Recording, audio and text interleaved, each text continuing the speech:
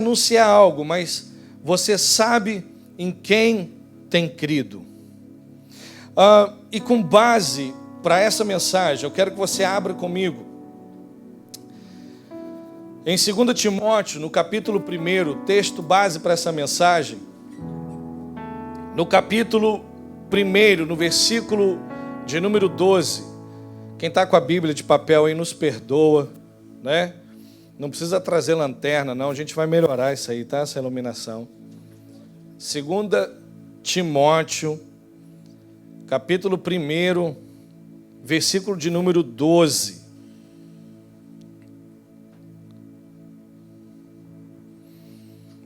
Aleluia.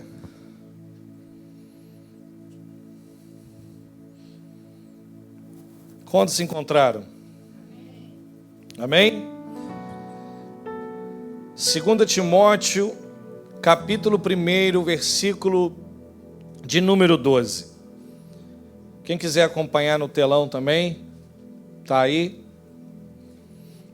Eu vou ler na versão da Nova Almeida atualizada, que diz assim: por isso estou sofrendo estas coisas, mas não me vergonho, porque sei em quem tenho crido, e estou certo de que Ele é poderoso para guardar aquilo que me foi confiado até aquele dia. Feche seus olhos. Pai, em nome do Senhor Jesus Cristo, nós colocamos em Ti, Senhor Deus, as nossas vidas, a nossa esperança. Em Ti, Senhor Deus, ó Pai querido, viemos apresentar-nos, que esta palavra, Senhor Deus, venha falar aos nossos corações. Que essa palavra, Senhor Deus, ela não volte vazia, mas que ela venha preencher a necessidade de cada coração. Senhor, fale conosco, fale através dos meus lábios aquilo que cada coração precisa ouvir, em nome de Jesus. Amém e amém. O apóstolo Paulo, ele é bem incisivo nessa questão, mas não me envergonho, porque sei em quem tenho crido. O interessante é que Paulo, mesmo passando por prisões, mesmo passando por lutas, mesmo passando por dificuldades, Paulo nunca impôs ou nunca imputou a Cristo o motivo das suas dificuldades, o motivo das suas lutas, o motivo dos seus desafios. Ele, apesar das lutas, apesar dos desafios, ele colocou bem claro e bem objetivo: eu não me envergonho, porque sei em quem tenho crido. Paulo tem a convicção de quem ele crer. E hoje, nessa manhã, eu quero que você fique com essa pergunta no seu coração e você comece a responder para si: em quem eu tenho crido? Eu tenho essa convicção, eu sei em quem tenho crido na minha totalidade. Eu sei quem é o meu Senhor, eu sei quem é o meu Deus, a sua capacidade, o seu poderio, o seu senhorio. Eu sei realmente quem tenho crido, eu tenho crido realmente ao meu Senhor. Em quem eu tenho crido? E se te for feita a pergunta, você responderia claramente dizendo: eu sei em quem eu tenho crido. Nós, queridos, temos desafios constantes em nossas vidas. Muitas das vezes, queridos, nós temos questionamentos. Nos questionamos: por que eu estou passando por isso? Por que eu estou passando essa situação? Será que Deus se esqueceu de mim? Será que Deus não vai trabalhar em meu favor? Será que Deus não está escutando a minha oração? Será que Deus não é Deus realmente? Quem nunca? Quem nunca, no seu momento de angústia, dentro do seu quarto, talvez questionou a existência de um Deus. Quem nunca, na sua dificuldade, na sua lamentação, talvez questionou se é que Deus olha para você? Será que você tem sido esse crente constante, que você tem batido o pé ao solo com firmeza no teu coração e tem dito: eu sei em quem tenho crido? Porque está numa masmorra, queridos, está numa prisão, está em cativeiro, e dizer com todas as letras, dizendo: eu sei em quem tenho crido. Entrar numa cidade, ser apedrejado, levar chibatadas, ser esbofeteado por outras pessoas, por causa do evangelho, a qual ele diz com todas as letras: eu não me envergonho. Eu sei em quem eu tenho crido. Será que o teu coração tem essa firmeza, tem essa constância? Quando eu leio esse texto, eu não tenho como não me lembrar de Jó. Jó, na sua pior circunstância, com a sua esposa dizendo: amaldiçoa ao teu Deus e morra. Jó chegou nessa situação de alguém virar para ele: amaldiçoa esse teu Deus, porque claramente o teu Deus está te punindo, ou está te castigando, ou você está sendo castigado, assim como os amigos dele o apresentou. Você está em pecado, que situação que está ocorrendo? Mas Jó, com toda a sua veemência, ele diz o quê? Porque eu sei que o meu Redentor vive e por fim se levantará sobre a terra. Eu sei que o meu Redentor vive. Será que você no seu coração tem a consciência como de um pai como Jó, de um empresário como Jó, que quebrou tudo o que tinha, foi perdido? Os seus filhos foram perdidos. A sua saúde, ele foi desmantelado, desmontado, ao ponto de ficar coçando o seu corpo com cascos de telha. E chegar alguém para ele dizer, a sua própria esposa: amaldiçoa o seu Deus e morra. E ele dizer: eu sei. Praticamente ele está aqui. A gente poderia usar aqui: olha, eu sei em quem tenho crido. O meu Redentor vive. Ou seja, fazer propaganda do filme God's Not Dead. Deus não está morto. O meu Redentor está vivo. Eu falei para aquela família que nós tivemos lá, eu disse para eles assim: olha, deixa eu falar uma coisa para vocês. Embora tenha passado isso que passou na vida de vocês, Deus guardou vocês da morte.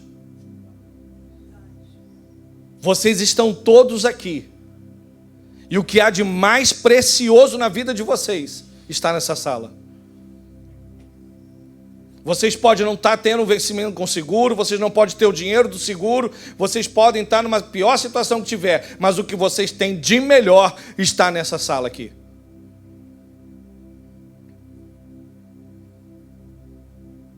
Deus não está morto. Deus está vivo.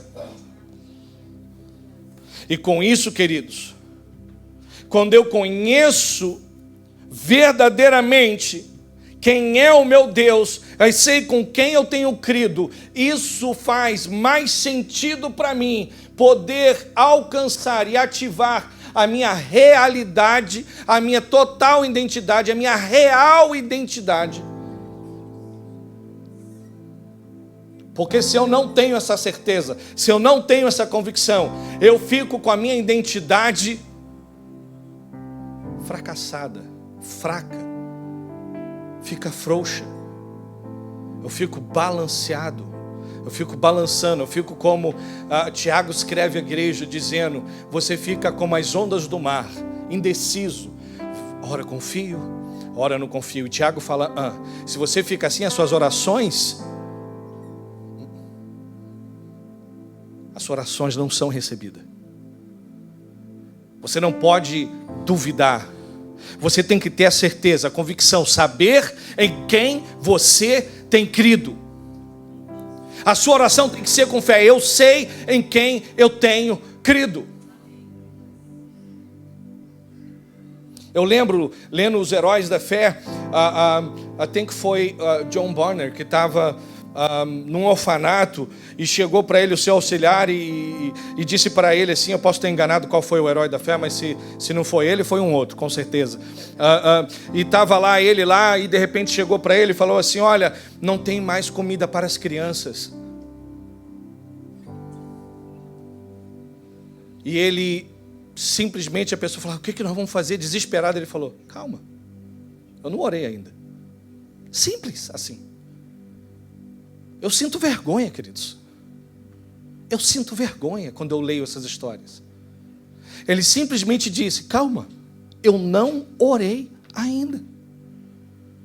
E ele disse que orou e passaram alguns instantes, vão atender a porta do orfanato. O que houve? Olha, meu senhor, o caminhão de pão quebrou aqui em frente. E o conserto desse caminhão vai demorar por semanas. Nós não temos como manter esse pão vivo. O senhor aceita o pão para o seu orfanato? Você aceita o pão para o seu orfanato? Ele tinha acabado de orar, gente. Porque ele sabe em quem ele tem crido.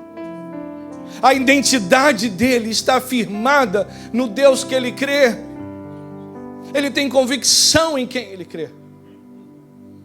Eu não sei a situação que você está vivendo, mas deixa eu firmar a tua identidade. Deixa eu ajudar você a firmar a tua identidade. Firma a tua identidade no Senhor.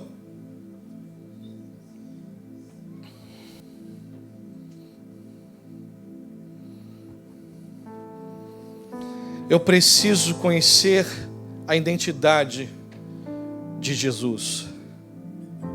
Eu preciso conhecer. Quando eu conheço a identidade de Jesus, quando essa identidade, queridos, ela é fundamental para a minha vida. Ela é fundamental para você constituir a tua identidade. Você precisa conhecer a identidade do teu Deus. Saber quem Ele é. Saber a quem você tem crido. Você tem crido no Senhor de qualquer maneira? Você simplesmente é cristão só por ser? Você é cristão simplesmente por qualquer coisa? Você é cristão pelas suas tradições? Você é cristão por causa da história que te contaram? Você é cristão, por que você é cristão? Você conhece realmente a Cristo?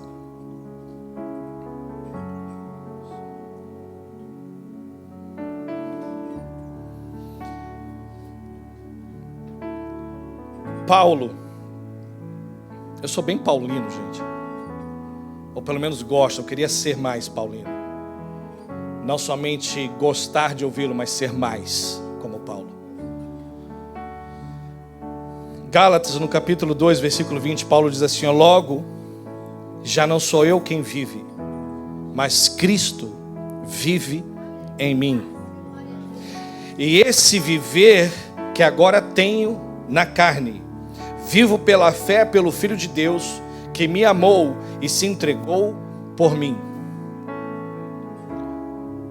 Pergunta assim para mim, pastor, o que Paulo está querendo dizer com isso? O que Paulo está querendo dizer com isso?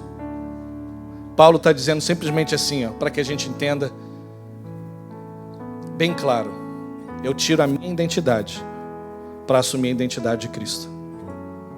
Para tomar posse da identidade de Cristo em minha vida. Pastor, isso não faz sentido. Não, faz sim. Faz todo sentido. Faz todo sentido. Quando nós abraçamos a identidade de Jesus, nós tornamos participantes da sua vida e do seu poder. Quando nós tomamos a identidade de Jesus, quando nós abraçamos essa identidade, nós tomamos posse da sua vida, nos tornamos participantes da sua vida e do seu poder. Cristo, ao nós aceitarmos Cristo como Senhor e Salvador, nós deixamos de ser quem nós éramos para tomarmos a identidade de Cristo. A não ser que você não queira. Porque quando te perguntam lá, matriculando o filho na escola, vão dizer: você, qual é sua religião? Eu pelo menos procuro escrever lá, cristão. Ou seja, não é mais a minha identidade. Eu estou rompendo com a minha identidade caída do Éden. Eu estou dizendo para o mundo assim: olha, eu não sou mais o Ricardo caído. Eu não sou mais ele. Eu sou agora a identidade de Cristo. Eu não sou mais simplesmente o Ricardo. Eu não sou simplesmente aquele velho homem. Eu sou o Ricardo cristão. Eu tomei a identidade de Cristo para a minha vida. E se eu não tomo essa identidade é porque eu não tenho a convicção de quem eu tenho crido. Se eu não tomo para mim essa identidade, eu não estou tendo a certeza e a convicção. Quando nós tornamos participante, queridos, desta vida, por isso nós somos considerados co-herdeiros em Cristo Jesus. Nós somos co-herdeiros juntamente com Cristo daquilo que Deus tem. Nós se tornamos filhos de Deus. Você já ouviu falar assim: ah, não, esse é mais um filho de Deus. Filho de Deus é aquele que se diz Cristo. É aquele que se diz cristão. Para você ser filho de Deus, não basta somente nascer. Quando você nasce, você é uma criatura de Deus. Você é um ser criado por Deus. Mas quando você aceita Jesus como Senhor e Salvador da sua vida, você passa a ser filho de Deus. Porque até então, queridos, nós não éramos adotados pelo Senhor.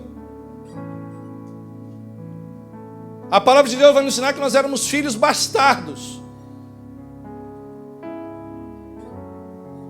Mas quando nós aceitamos a Cristo, a nossa identidade muda. Nós já não éramos quem nós éramos. E agora nós assumimos a identidade. A nossa verdadeira identidade, ela se tornou coberta lá no Éden. Quando Adão peca, ele tira de nós a nossa verdadeira identidade. Ele tira de nós o que nós éramos para ser no Senhor. E nós só restauramos essa identidade quando nós assumimos o Senhor Jesus como Senhor e Salvador da nossa vida. Se nós não assumimos Ele como Senhor e Salvador nas nossas vidas, a nossa identidade continua corrompida com o velho homem. Nós continuamos como o velho homem. Nós não assumimos o nosso cristianismo. A nossa verdadeira identidade, ela foi corrompida no jardim do Éden. Quem nós fomos criados para ser. Eu vou fazer uma pergunta. Você é eterno? Amém? Glória a Deus, alguns entenderam a pergunta. Mas a verdade é que todos somos eternos. Só que com uma diferença. Uns para passar a eternidade com o Senhor. E outros para passar a eternidade sofrendo no Hades com Satanás e seus anjos. Essa é a realidade. Nós somos seres eternos. Nós somos seres eternos. Agora, o nosso destino, que ele só dependia da nossa origem, foi corrompido no Éden. E esse final, esse destino que nós vamos alcançar, ele depende daquilo que nós vamos assumir. Porque quando você chegar diante do Senhor, para o grande juízo, o Senhor vai te perguntar quem você é. E você vai ter que mostrar a tua identidade. Só que tem um problema. Quando eu assumo a minha identidade diante do Senhor, não é somente eu dizendo quem eu sou. Quando eu chego diante do Senhor para assumir a minha identidade, não é somente eu dizendo quem eu sou. Você está entendendo ou não? Vai ser Ele dizendo quem eu sou. Porque se eu chegar lá de qualquer jeito, Ele vai virar para mim e vai falar assim: eu não vos conheço. Por que Ele não vai me conhecer? Alguém pode dizer? Será que alguém teria a audácia de dizer para mim por que Ele não vai me conhecer? Se Ele me criou? Ele me criou, como que Ele não me conhece? Porque Ele não sabe a minha identidade. Pastor, Ele não sabe a tua identidade? Não, Ele sabe. Ele está acabando de dizer para mim. Ele está me informando que eu é que não sei. Eu não te conheço. Você está informando a pessoa errada aqui de quem você é. Você está formando uma identidade falsa. Você está diante de mim com uma identidade corrompida. Porque o Cristo, Ele foi chamado para ser um sacrifício vivo e imaculado. Um sacrifício que prova a santidade, que busca a santidade. Pastor, nós nunca vamos continuar, nunca vamos conseguir ser como Cristo. Sim, por isso que Ele morreu na cruz, por mim e por você. Para restaurar a nossa identidade. Para restaurar quem nós éramos e trazermos novamente a nossa real identidade. A minha verdadeira identidade foi corrompida no Éden, mas Cristo restaura a minha identidade. E nós temos que tomar cuidado, queridos, porque no percurso da nossa vida, pode ser que haja alguns que no seu percurso queiram te atrapalhar.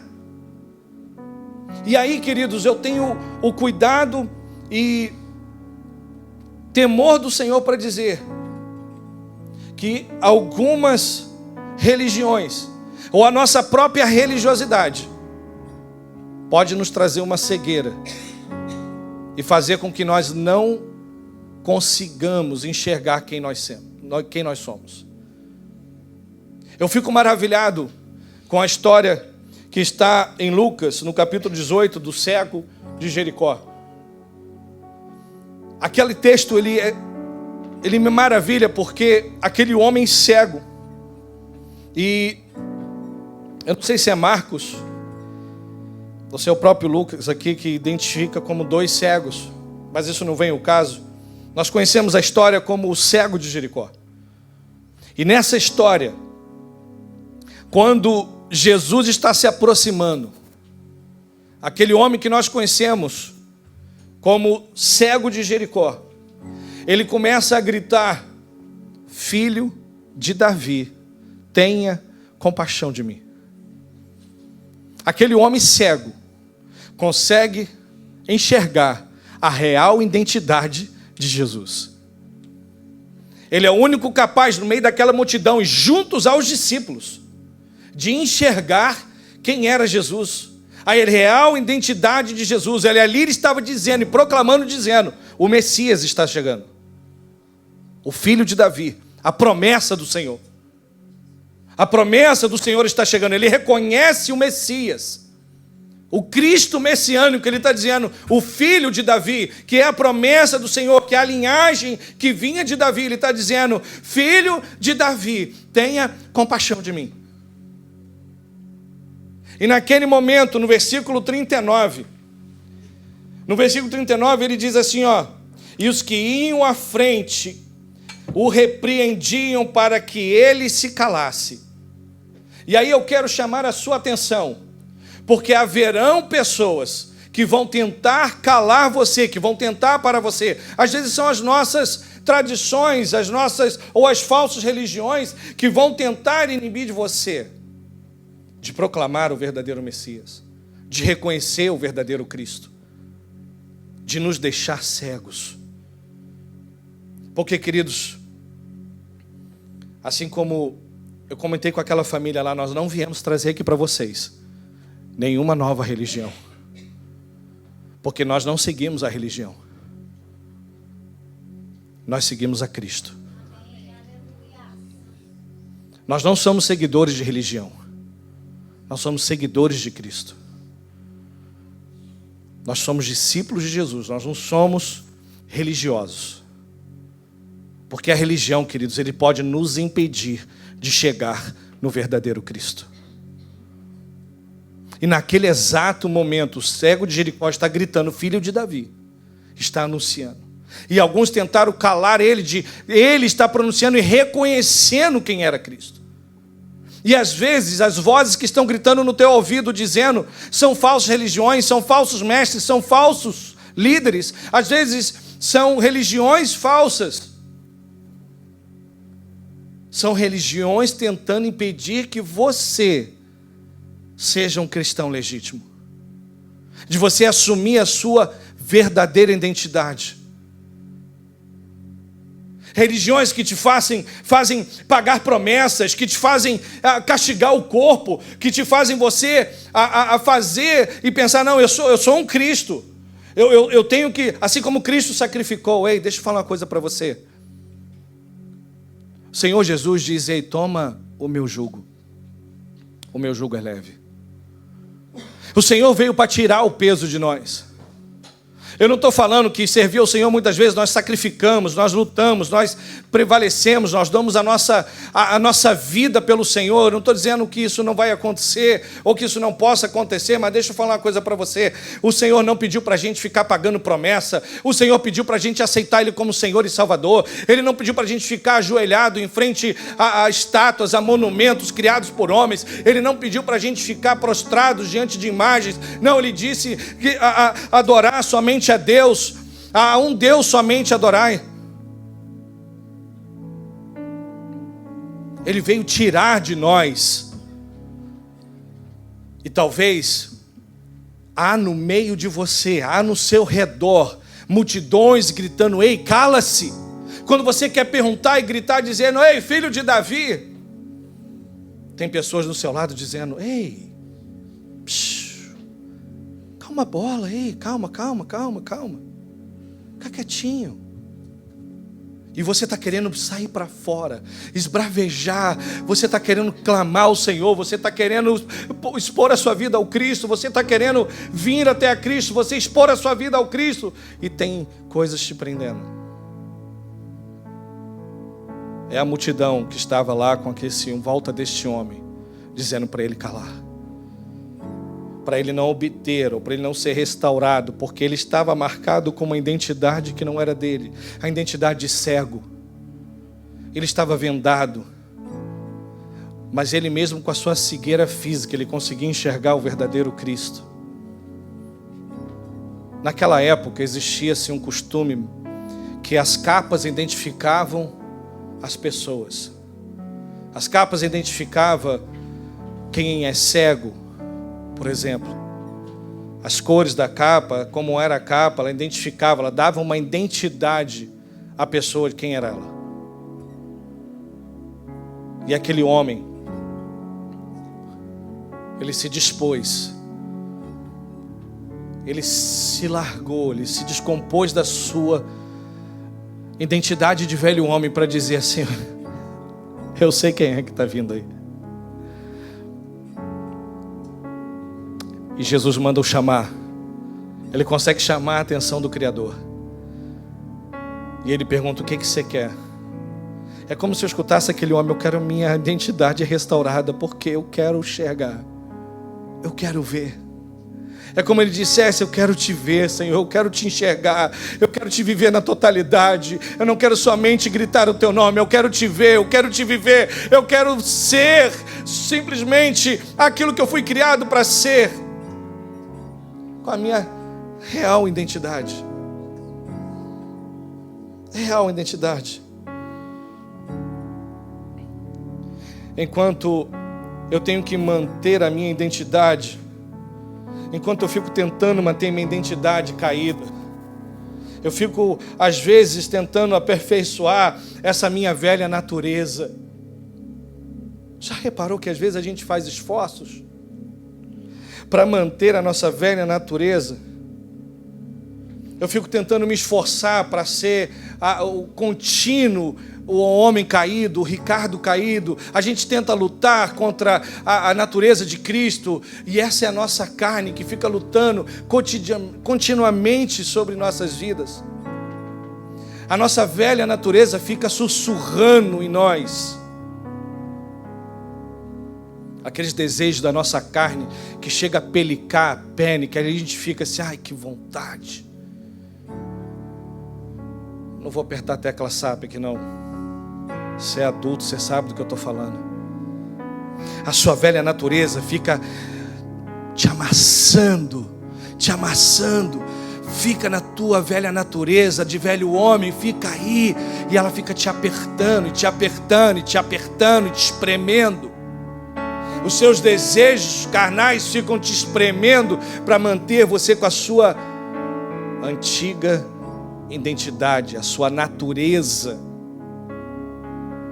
Mas aí, quando eu leio em 2 Coríntios, no capítulo 5, versículo 17, eu vejo Paulo lendo assim aos Coríntios: é assim, se alguém está em Cristo, é nova criatura, e as coisas antigas já passaram, e eis que se fizeram novas.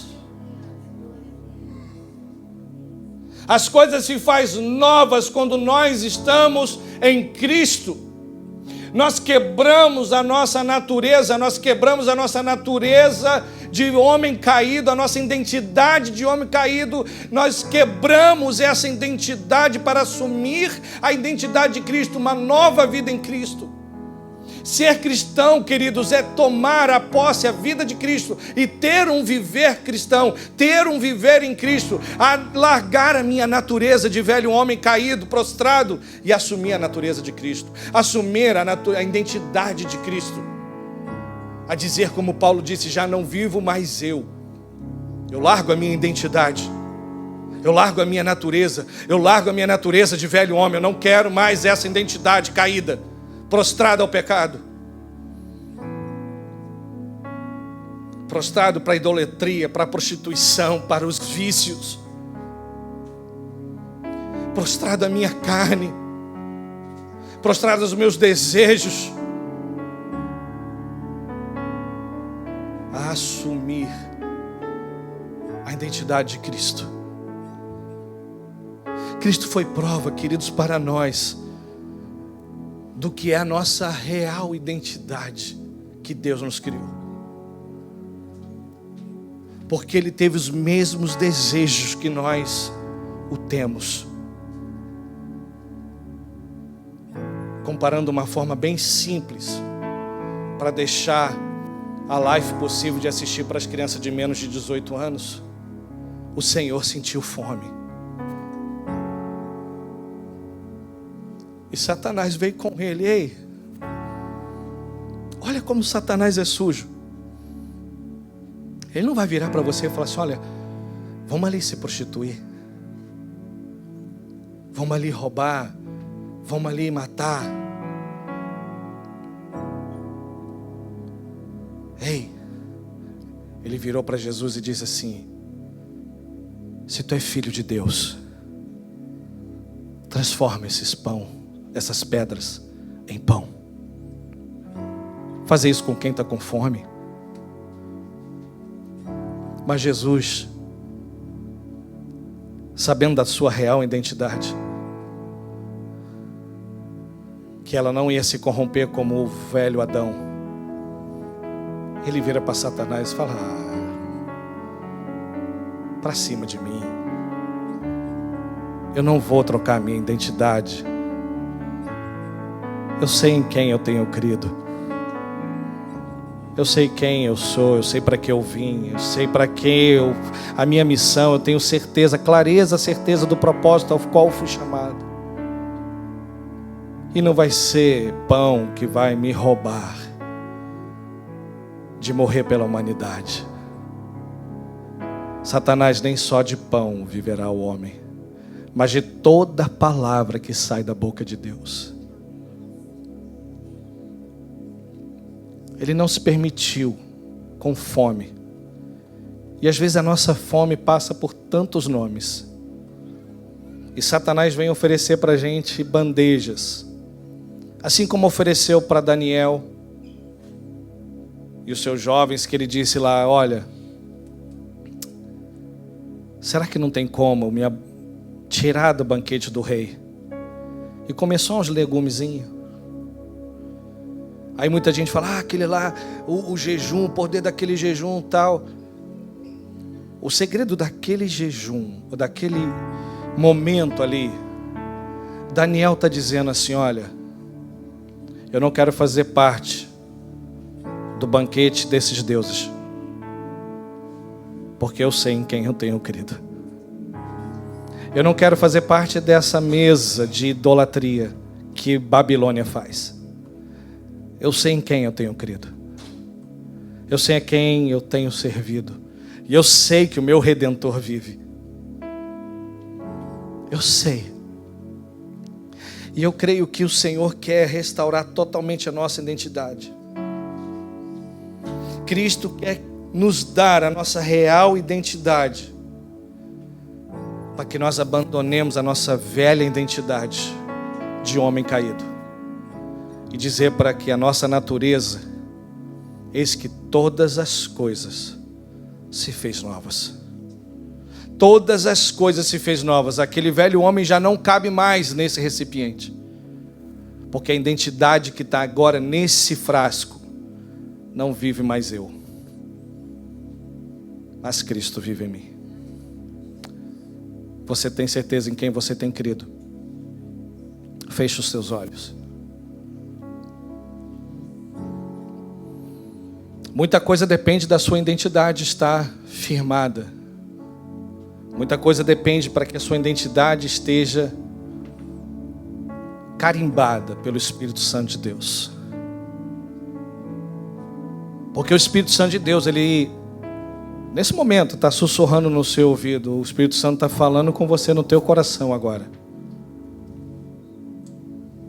Aquilo que o teu velho homem tem tentado assumir a sua real identidade e tirar de você a identidade que Cristo te deu. A identidade que Cristo não somente te deu, e Ele te deu e novamente restaurou lá na cruz do Calvário, para que todas as coisas fossem regeneradas, restauradas, para que você fosse uma nova criatura em Cristo Jesus. Por isso, nesta hora, tudo aquilo que tem tentado te vencer, tudo aquilo que tem lutado contra você, contra a identidade em Cristo Jesus que você tem, coloca diante do Senhor e diga: Senhor, eu não quero viver essa natureza do velho homem. Eu quero viver na totalidade daquilo que o Senhor tem para mim, para que eu possa, assim como Paulo esbravejou, já não vivo mais eu, mas Cristo vive em mim.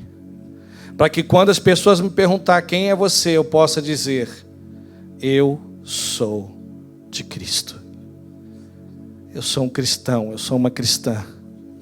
Eu sou um servo, eu sou uma serva. Que quando o Senhor chegar diante de mim, Ele vai dizer para mim: servo bom e fiel.